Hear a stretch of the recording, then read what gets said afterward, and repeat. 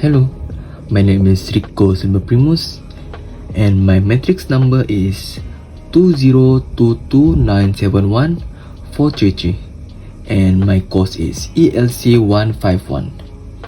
Today, I'm gonna tell a story with the title Orientation.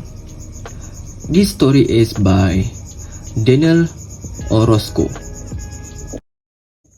Those are the office and these are the cubicle. That's my cubicle there and this is your cubicle. This is your phone. Never answer your phone. Let the voicemail system answer it. This is your voicemail system manual. There are no personal phone calls allowed. We do, however, allow for emergencies. If you must make an emergency phone call, ask your supervisor first. If you cannot find your supervisor, ask Philip Sepier, who sits over there. He will check with Clarissa next, who sits over there. If you make an emergency call without asking, you may be let go.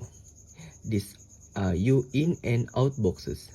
All the form in your inbox must be logged in by the date shown in the upper left right corner.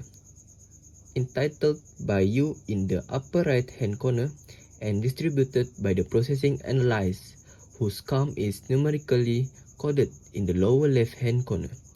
The lower right hand corner is left blank. Here is your processing analyzed numerically code index, and here is your form processing procedures manual. You must pace your walk. What do I mean? I glad you asked that.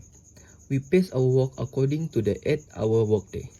If you have 12 hours of work in your inbox, for example, you must compress that work into the 8-hour day. If you have 1 hour of work in your inbox, you must expand that work to fill the 8-hour day. That was a good question. Feel free to ask questions. Ask too many questions, however, and you may be let go. That is our receptionist. She is a temp. We go through receptionists here. They quit with alarming frequency. Be polite and civil to the temps. Learn their names and invite them to lunch occasionally, but don't get close to them, as it only makes it more difficult when they're left. And they always left. You can be sure of that. Amanda Pierce, in the cubicle to your right, has a 6-year-old son named Jamie, who is autistic. Her cubicle is plastered from top to bottom with the boy's crayon artwork, sheet after sheet of preciously drawn concentric circles and ellipses in a black and yellow. She rotates them every other Friday. Be sure to comment on them. Amanda Pierce also has a husband, who is a lawyer. He subjects her to an escalating array of painful and humiliating sex games, to which Amanda Pierce reluctantly submits. She comes to work exhausted and freshly mounded each morning, fencing from abrasions on her breast, or the bruise on her abdomen, or the second-degree burns on the back of her tights. But we're not supposed to know any of this. Do not let on.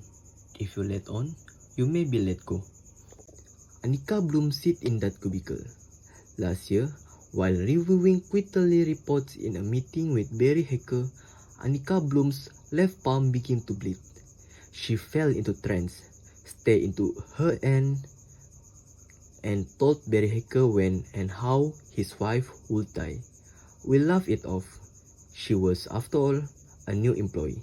But Harry Acker's wife is dead, so unless you want to know exactly when and how you will die, never talk to Annika Bloom. Colin Heavy sits in the cubicle over there. She was new once, just like you. We warned him about Annika Bloom, but at last year's Christmas potluck, he felt sorry for her when he saw that no one was talk to her. Colin Heavy brought her a drink. He hasn't been himself since. Colin Heavier is a dome. There is nothing he can do about it, and we are powerless to help him. Stay away from Colin Heavier. Never give any of your work to him. If he asks to do something, tell him that you have to check with me. If he asks again, tell him I haven't gotten back to you. This is the fire exit. There are several on this floor, and they are marked accordingly. We have a floor evacuation review every 3 months, and an escape route quiz once a month. We have our biannual fire drill twice a year, and our annual earthquake drill once a year. These are precautions only. These things never happen. We also have a generous vacation and sick leave policy. We have an excellent disability insurance plan. We have a stable and profitably pension fund. We get group discounts for symphony and block seating at the ballpark. We get commuter ticket books for the bridge. We have a direct deposit. We are all members of Orozco. This is the microwave oven. You are allowed to heat food in the microwave oven.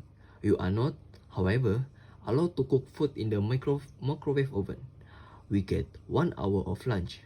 We will also get 1 15 minutes break in the morning and 1 15 minutes break in the afternoon. Always take your breaks.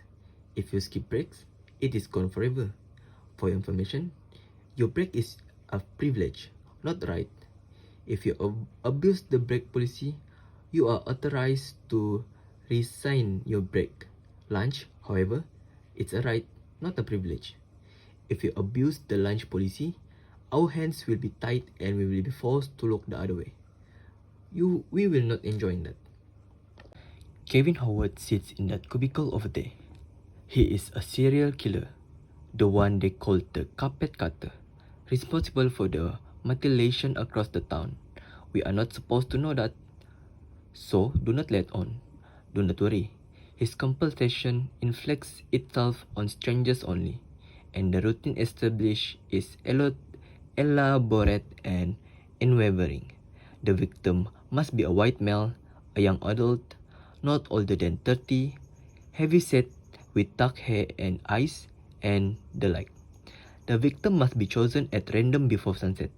From the public place, the victim is followed home and must be put up a struggle, etc. The carnage inflicted is precious. The angle and direction of the incision, the layering of skins and muscle tissue, the rearrangement of visceral organs, and so on. Kevin Howard do not let any of this interfere with his work. He is, in fact, our fastest typist. He types as if he were on fire. He has a secret crush on Gwendolyn Stitch and leaves a red foil wrap Hershey kiss on her desk every afternoon. But he hates Annie Clabroom and keeps well away from her. In his presences, she has uncontrolled fits of shaking and trembling. Her left palm do not stop bleeding. In any case, when Kevin Howard get caught, act surprised. Say that he seemed like a nice person, a bit of loner, perhaps, but always a quiet and polite. This is the photocopy room, and this is our view. It faces southwest. West is down there, toward the water. North is back there. Because we are on the 7th floor, we are offered a magnificent view. Isn't it beautiful? It overlooks the park, where the tops of those trees are. Enjoy this view while photocopying. If you have problem with the photocopy, see Rachel Nash. If you have any questions, ask your supervisor. If you can't find your supervisor, ask Philip Spear. He sits over there. He will check with Clarissa next. She sits over there. If you can't find them, feel free to ask me. That's my cubicle.